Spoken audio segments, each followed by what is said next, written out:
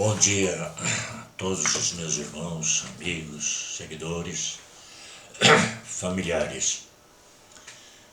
Como sempre, desejo a todos a paz de Cristo, um dia abençoado, uma semana abençoada.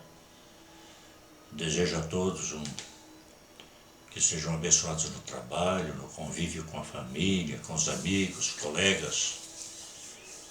Tudo isso traz paz para o nosso espírito, para a nossa vida cotidiana. Especialmente nesses tempos que todos estão aflitos, pensativos, porque estamos num mundo incerto. Não sabemos o que vai acontecer no futuro. E as perspectivas são difíceis. Porém, nós podemos ter confiança em Cristo. Eu venho falando sobre as cartas do Apocalipse. Hoje falaremos sobre a sexta carta. A sexta carta, ela retrata algumas coisas interessantes. Ela é escrita à igreja de Sardes. E a igreja parecia estar bem, muito boa, porém era morta espiritualmente. E no livro do Apocalipse,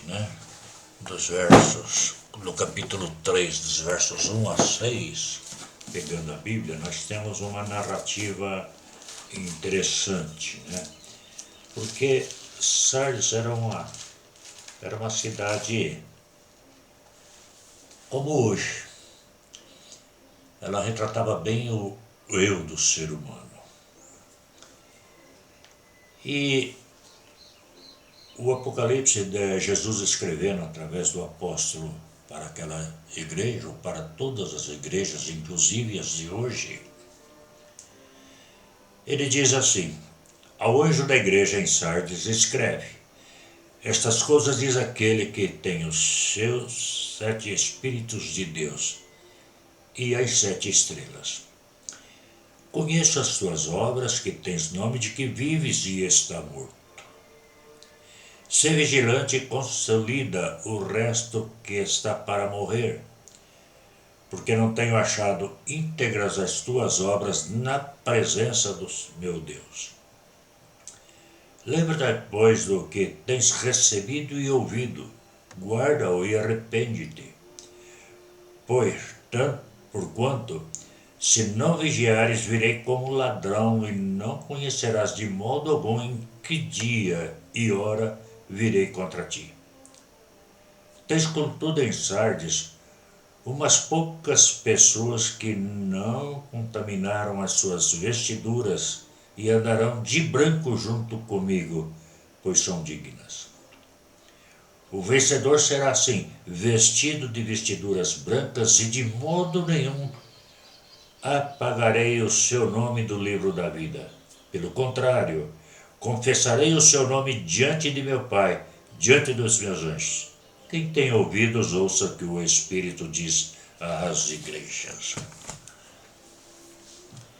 Vamos para as características da cidade em primeiro lugar. A cidade era inexpugnável, Sardes. E ela era edificada sobre uma colina quase que inacessível. Ela supervisionava o vale de Hermos nos tempos antigos e orgulhava-se por ser a capital de Lídia. Seus habitantes eram arrogantes e criam que ninguém subiria esta colina por serem seus lados perpendiculares. Seu ponto de acesso se dava por uma estreita península e muito fortificada. Porém, ano 549 a.C., o inimigo veio e em 2018 a.C. tomou Sardes. Isto aconteceu por um único ponto desguarnecido, uma fenda oblíqua na muralha da rocha. A única maneira em 1000 para se atacar à noite por treinados escaladores. Em um ataque noturno, deram um golpe mortal na arrogância dos autoconfiantes habitantes da orgulhosa capital. A colina onde Sardes estava situada era pequena demais para acomodar a crescente cidade. Então seus moradores, à vista disso, foram aos poucos abandonando e uma nova cidade se formou em suas cercanias. Quando o Apocalipse foi escrito, Sardes estava em decadência e sofreu uma morte lenta, mas segura, no ano 17 depois de Cristo. A cidade foi parcialmente destruída por um terremoto. Foi assim que os jactanciosos habitantes de Sardes viram muitas vezes a destruição sobre si, como um ladrão à noite. Sardes estava caindo em estupor espiritual. Esta é a aprazível explicação da autodescrição de Cristo. A autodescrição dele, olha, aquele que tem os 7 espíritos vivificantes e quem está conservando na sua mão direita as 7 estrelas. Por meio dos ministros da palavra de Deus e pela mensagem genuína, os espíritos vivificantes são capazes de avisar a igreja morta, a igreja que está morrendo. Conheço as tuas obras, diz ele, que tens nome de que vives, mas estás morto. Tinha boa reputação, mas não a merecia. Enquanto que Pérgamo e Tiatira, que já vimos, uma pequena porção da igreja havia caído na tentação do mundo, em Sardes quase que toda a congregação tinha, e tinha contaminado as suas vestes. Sardes está no mundo quando deveria ter sido portadora da luz de Cristo. Fracassou em seu dever. Tudo aponta que nem os judeus que lá viviam, como também os gentios que estavam na igreja dizendo-se salvos, molestavam as pessoas da cidade, tudo no marasmo. Ela era muito tranquila, desfrutava de paz, olha que igreja, desfrutando de paz. Mas a paz de cemitério, tudo nela era coordenado de acordo com o mundo da época, copiava as coisas do mundo, fazia as coisas do mundo dentro da igreja. Ela já não pregava o evangelho e tampouco se importava com a vida espiritual. Jesus diz aos membros mortos dessa igreja que deveriam se despertar e permanecer acordados, né? E deveriam manter firme o restante das coisas que estavam para morrer. A luz do castiçal estava aos poucos se apagando, e em breve a chama se extinguiria completamente. Não tendo achado íntegras as tuas obras, de Jesus, na presença do meu Deus, as formalidades cerimoniais, os costumes religiosos, as tradições, o serviço, contudo, não valia nada, a essência real já não existia. As formas de culto, adoração e serviço estavam vazias.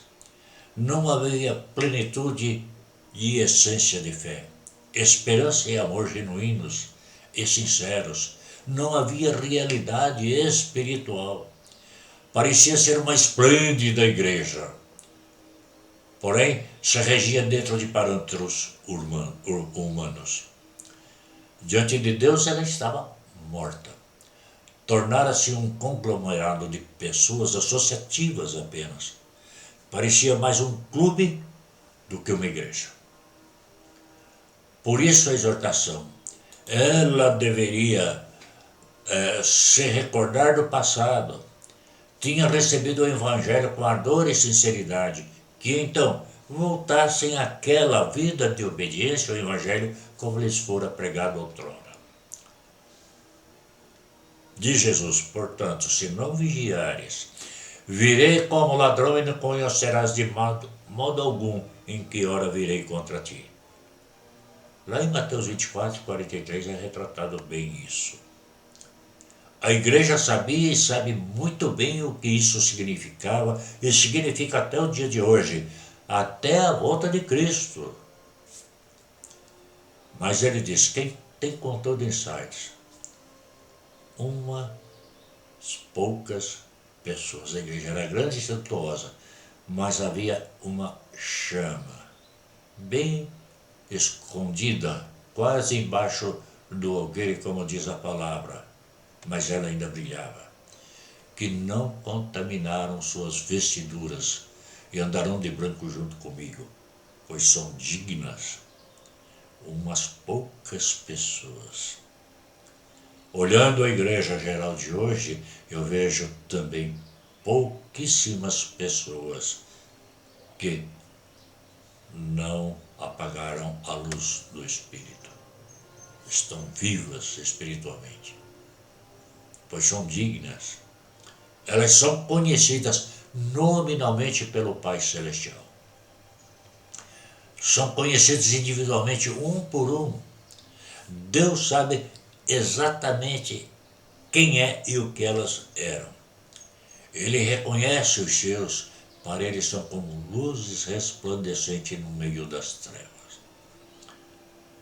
Como se um carro de faróis aceso travegasse por uma estrada deserta em uma noite totalmente escura como breu e ilumina apenas a estrada e parte de sua margem.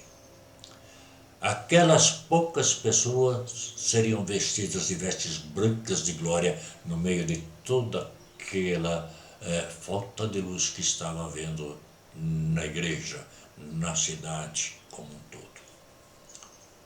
O branco aqui indica santidade, pureza, perfeição e alegria.